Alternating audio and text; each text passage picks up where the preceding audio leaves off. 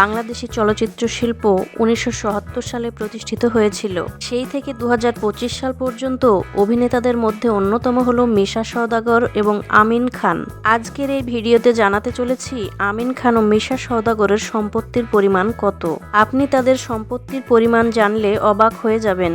তো বন্ধুরা, প্রথমে আমরা জেনে নেব আমিন খানের বর্তমান সম্পত্তির পরিমাণ। আমিন খান ১৯৭২ সালে ২৪শে ডিসেম্বর খুলনায় জন্মগ্রহণ করেন। তিনি ১৯৯০ সালে নতুন মুখে প্রতিযোগিতার মাধ্যমে সিনেমার পর্দায় আসেন। মোহাম্মদ হোসেনের পরিচালনায় অবুঝ দুটি মন এই সিনেমায় অভিনয় করার মাধ্যমে চলচ্চিত্রে অভিষেক ঘটে। এই ছবির জন্য তিনি ২৫,০০০ টাকা পারিশ্রমিক পেয়েছিলেন।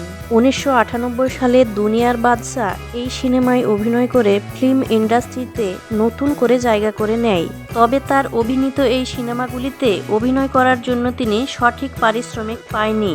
তিনি হৃদয়ের বন্ধন, আজ গায়ে হলুদ এই সব রোমান্টিক জনপ্রিয় সিনেমাগুলিতে অভিনয়ের জন্য ১ লক্ষ টাকা পারিশ্রমিক পেয়েছিলেন। তবে ধান্দা সিনেমাতে অভিনয় করার জন্য তিনি ৪৫,০০০ টাকা পারিশ্রমিক পেয়েছিলেন। আমিন খান মাহির সাথে অবতার সিনেমায় অভিনয় করেছেন।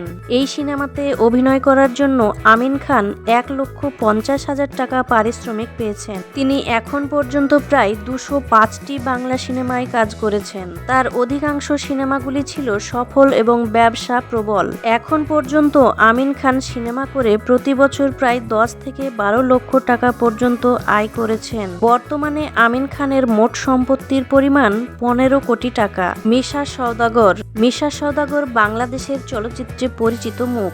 শুরুতে বাংলাদেশ চলচ্চিত্রে কয়েকটি চরিত্রে নায়কের অভিনয় করলেও ঢাকার ছবির ভিলেন হিসেবে তিনি দীর্ঘ সময় বাংলার সিনেমায় পর্দা কাঁপিয়েছেন। মিশা সওদাগর নিজের অভিনয়ের প্রতিভা দিয়ে বাংলাদেশের প্রতিটি মানুষের মনে জায়গা করে নিয়েছেন। আপনারা ভিলেন মিশা সওদাগরকে হয়তো চেনেন, কিন্তু আপনারা জানেন না ভিলেন মিশা সওদাগর কত টাকার মালিক। মিশা সওদাগর বর্তমানে কত টাকার মালিক সেটা জানার আগে তার ডিটেলস জেনে নিই। ১৯৯০ সালে ছোটকু আহমেদ পরিচালিত চেতনা ছবিতে প্রথম নায়ক হিসেবে অভিনয় করেন। তিনি এই ছবিতে অভিনয় করার জন্য ২০,০০০ টাকা পারিশ্রমিক পেয়েছিলেন। এরপর নতুন নতুন হিট সিনেমা মুক্তির পর থেকে পারিশ্রমিক বাড়তে থাকে। ১৯৯০ সাল থেকে শুরু করে ১৯৯৯ সাল পর্যন্ত তিনি প্রতিটি সিনেমায় অভিনয় করার জন্য ৫০,০০০ টাকা থেকে ১ লক্ষ টাকা পর্যন্ত পারিশ্রমিক নিতেন। বর্তমানে তিনি ১০ লক্ষ টাকা থেকে ৩০ লক্ষ টাকা পর্যন্ত পারিশ্রমিক নেয়। মিশা সওদাগর প্রায় ৮০০টি সিনেমাতে অভিনয় করেছেন। মিশা সওদাগরের বর্তমানে মোট সম্পত্তির পরিমাণ ৫০ কোটি টাকা। অতএব বোঝাই যায় আমিন খানের চেয়ে মিশা সওদাগরের সম্পত্তির পরিমাণ বেশি। এরকম আরও নতুন নতুন আপডেট ভিডিও পেতে চ্যানেলটি সাবস্ক্রাইব করে রাখুন।